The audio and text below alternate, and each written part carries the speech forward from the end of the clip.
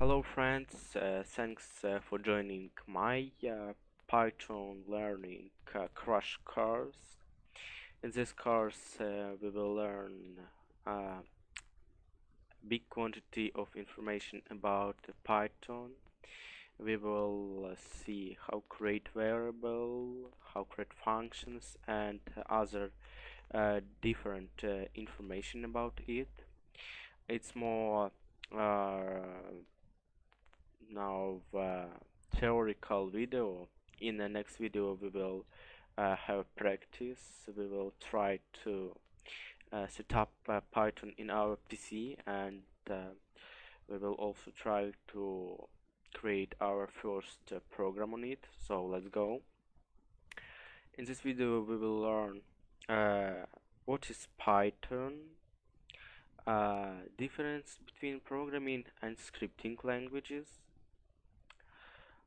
programming paradigms, history of Python, scope of Python, why do people use Python, and we will try to install Python in next video. So look for part 2 in this channel. What is Python? Python is a general purpose, dynamic, high level and interpreted programming language. Python is easy to learn yet powerful and versatile scripting language, which make it attractive for application development. Python supports multiple programming patterns, including object-oriented, imperative, and functional or procedural programming styles. Python is not intended to work on special areas such as machine learning, web programming. That is why it is known as multipurpose, because it can be used with web, enterprise, and machine learning.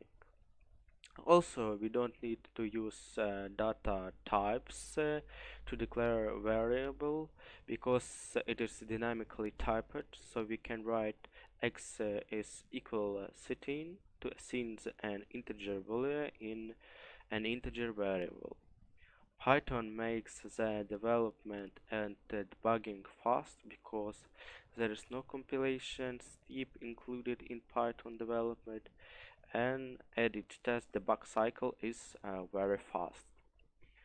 Differences between programming and script language. Programming language mostly use compiler.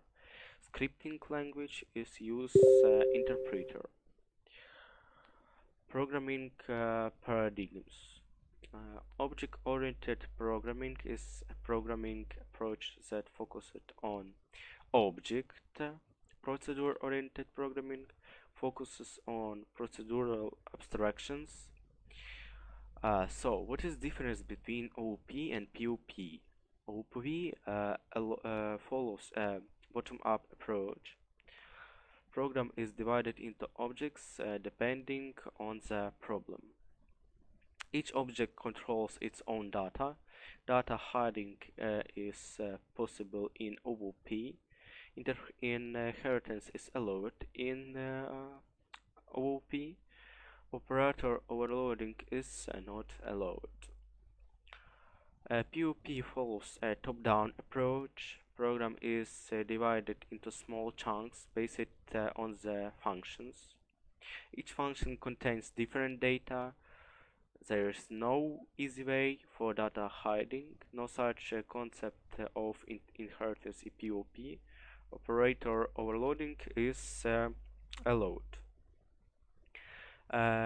History of Python.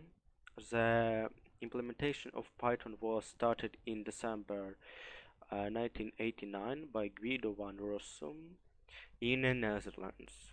Why was Python created? My original motivation for creating Python was the perceived need for a higher level language in the Amoeba operating systems project. I realized that the development of system administration utilities in C was taking too long. Moreover, doing this thing in PowerShell wouldn't work for a variety of reasons. So there was a need for a language that would bridge the gap between the sea and the shell. Guido van Rossum. Here we can see Python version. The last version for nowadays is Python 3.11.3. So we have see that it not usually update. It's update rarely, but it's still good. Scope of Python. First of all, it's web applications. We can use Python to develop web application. It provides libraries to handle internet protocols such as HTML, XML, JSON, mail processing, request, beautiful soup, fit parser, etc. Desktop GUI applications. Python provides TK GUI library to develop user interface in Python based application. Also, software development. Python is helpful for software development process. It works as support language.